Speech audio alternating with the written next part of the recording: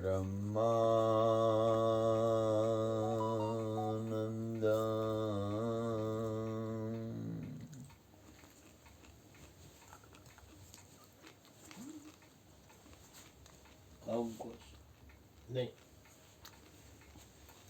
परम सुखदम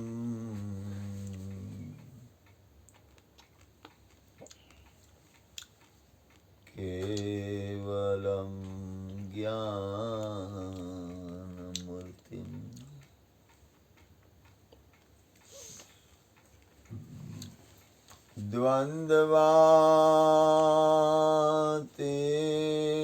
द्वन्द्वातीतं गगनसदृशम्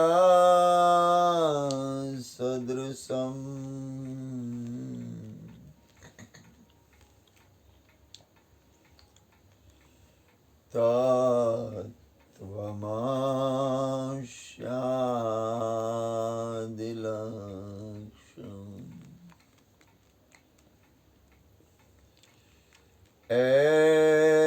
एकं नित्यं विमलमचलम्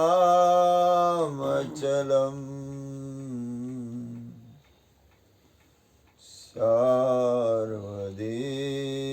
साक्षिभूतम्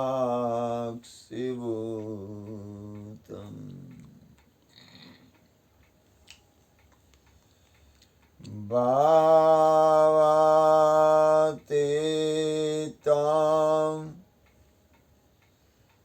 त्रिगुणरहितम्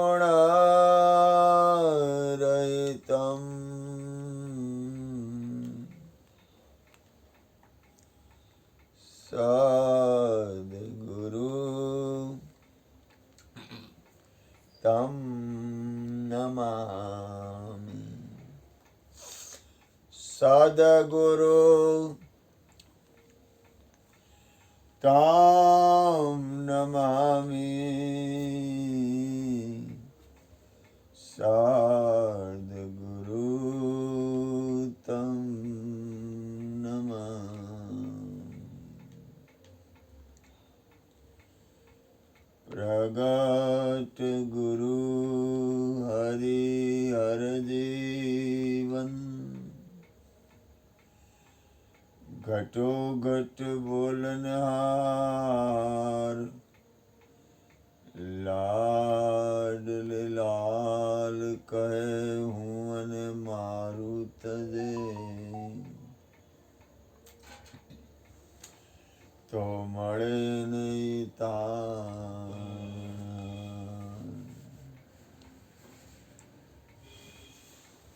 मेरा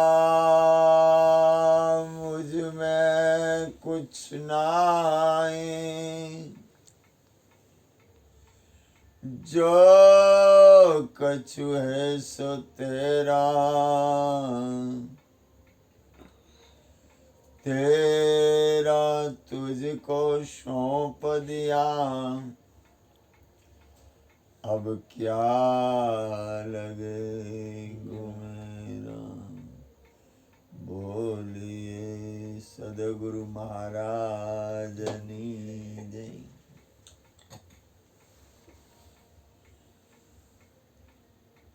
સદગુરુની કૃપાથી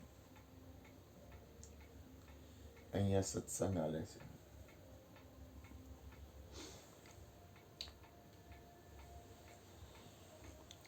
આ વિશ્વમાં આપણને પરમાત્માએ એની કૃપાથી એક સાધન, શરીર એવું એક સાધન મળ્યું છે. આ સાધનમાં અંતકરણ, મન બુદ્ધિ ચિત્ત અહંકાર, શ્વાસ અને જીવન અને પરમ તત્વ પરમાત્મા, આ બધું આખું એક આપણને એક એવું સાધન મળ્યું છે. એનો સદગુરુની કૃપા થાય અને જો એની અસીમ કૃપા થાય, અસીમ કૃપા થોડી ઘણી નહીં, અસીમ કૃપા થાય તો એનો વિવેકથી ઉપયોગ થઈ શકે.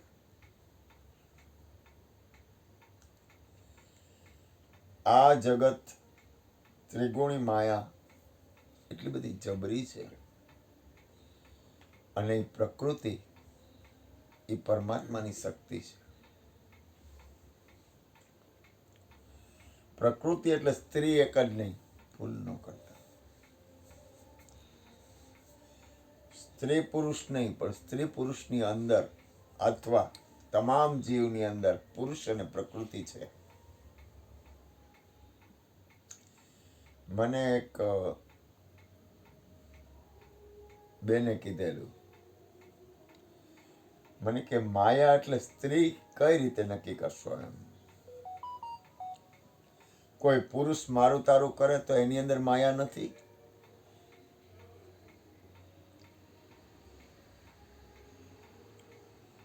ધીરો રમે રંગ મહેલ મારે રમે, દિવસ ને રાત રમે, દિવસ ને રાત.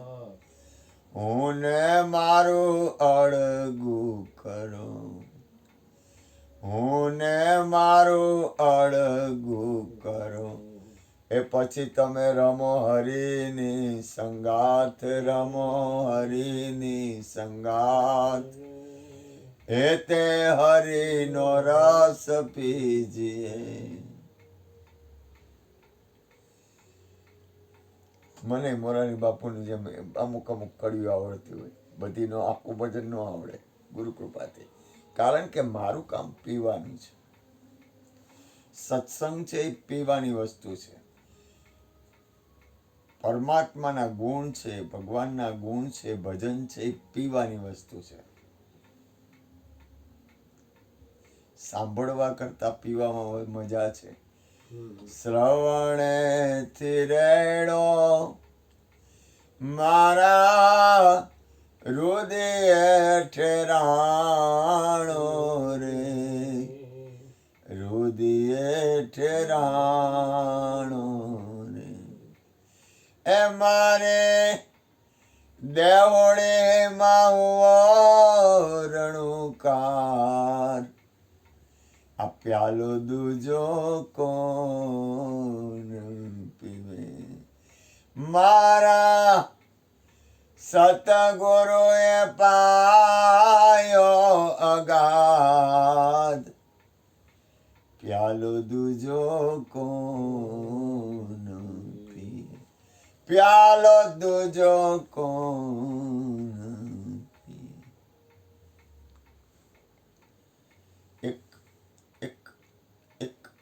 એક ભજન છે ગુરુ કૃપાથી. ગુરુ મારા મારે મંત્રનો મોટો છે મહિમા, એ વખાણો બ્રહ્મના ભેદ મારે. એ જેના ઋષિ મુનિઓ જપતા તા જાપ, હરિનો તાચારે વેદ મારે. એમાં એક કડી આવે છે, ગુરુ મારા નાદ રે બુંદ નો છે આ વિસ્તાર, સંસાર પ્રગટ કીધો રે. એ તેથી ધરતી ના બાંધા રે ધરામ, નિજ ધરામ તેથી થાય પોરે. આખું બ્રહ્માંડ, આખું વિશ્વ નાદ અને બુંદનું બંધારણ છે. સંસારી હોય એના માટે બુંદ શ્રેષ્ઠ છે.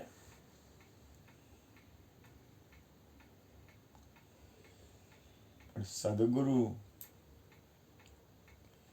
આપણને જે સમજણ આપે છે એ નાદનું અનુસંધાન છે. કારણ કે બુંદમાં છે ને થોડુંક થોડુંક કદાચ મને એવું લાગે, ઠીક છે સંસારમાં હોય ને એ બરોબર છે, પણ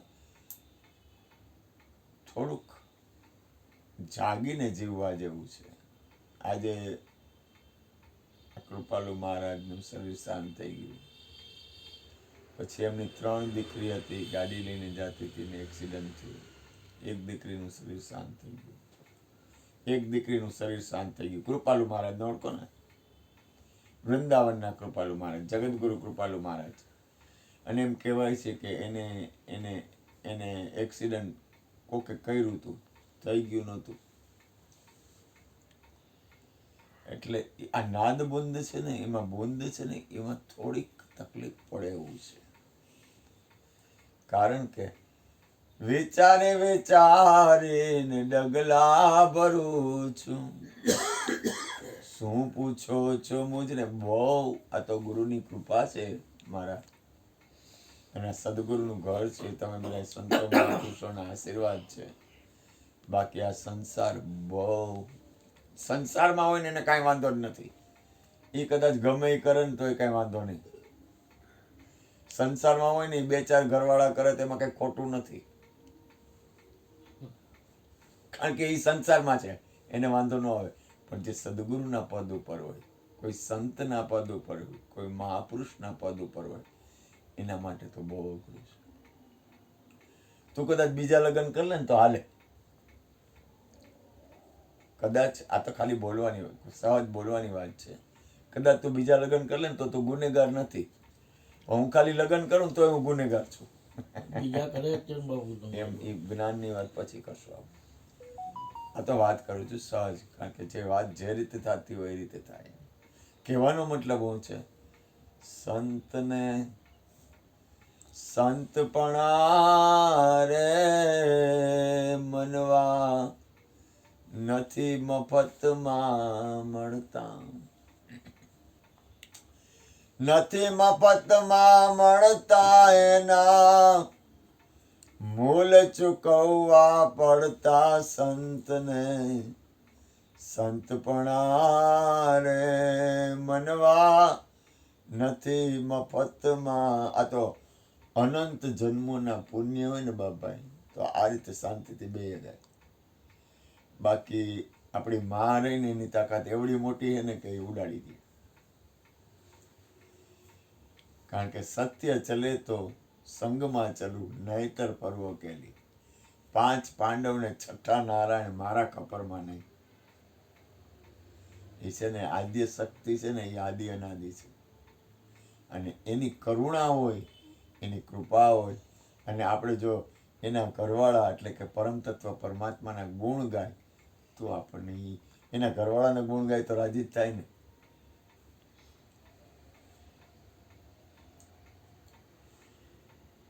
અને સદગુરુનું પદ છે ને એ તો અસીમ છે, અસીમ છે. ગુરુદેવ કૃપા હો જાવે,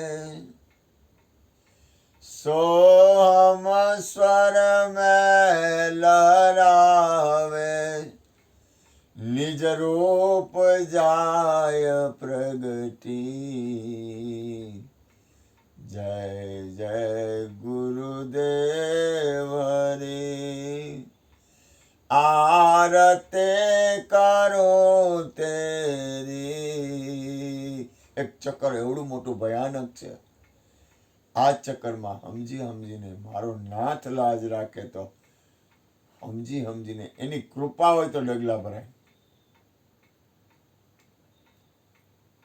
એની કૃપા હોય ને. સમજ કર, સંભલ કર, કદમ બઢાતા હે કો. એવું કઈ આપણે એમ નથી કહેતો કે દોડવું નહીં કે કઈ કરવું નહીં, પણ મહાપુરુષો હોય, કોઈ પણ સંત હોય, કોઈ પણ સદગુરુના બાળક હોય, કોઈ પણ મહાપુરુષ હોય, એનું હાલવું, એનું બોલવું, એનું જોવું, એનું લેવું, એનું દેવું, એ બધું અદ્ભુત હોય. એનું વિચારવું, મારા નાથ, હું તો ભગવાનને પ્રાર્થના કરું કે આખા વિશ્વમાં એક ચક્કર છે પરમાત્માનું, શક્તિનું, એમાંથી વિશ્વ મહાપુરુષો તો શું કામ કોઈ સાધન પકડે છે? દરેક મહાપુરુષો એક પરમાત્માનું ભજન, સત્સંગ, કીર્તન, ધ્યાન, એ સાધનથી સંસારના વાતાવરણ, સંસારની આ જે વિકટ માયા છે એનાથી બચી શકાય. એટલે હું તો ભગવાનને પ્રાર્થના કરું. ગુરુ મહારાજની કૃપા ખૂબ છે એટલે આપણે સદગુરુને પ્રાર્થના કરી.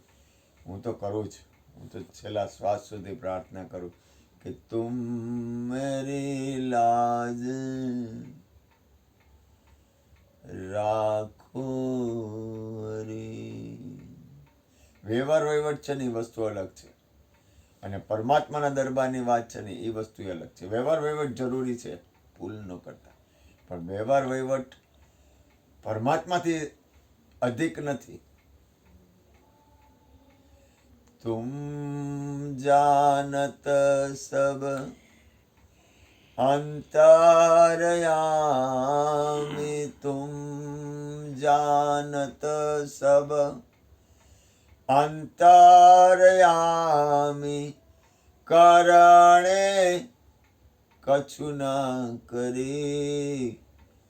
તુમ મેરી લાજ રાખો હરી, તુમ મેરી લાજ રાખો હરી, તુમ મેરી લાજ રાખો હરી, તુમ મેરી લાજ રાખો હરી. બાપભાઈને કઈ 4 ભજન સંભળાવો અને તમને મંગલ એવી, તમને આનંદ આવે એવી ધૂન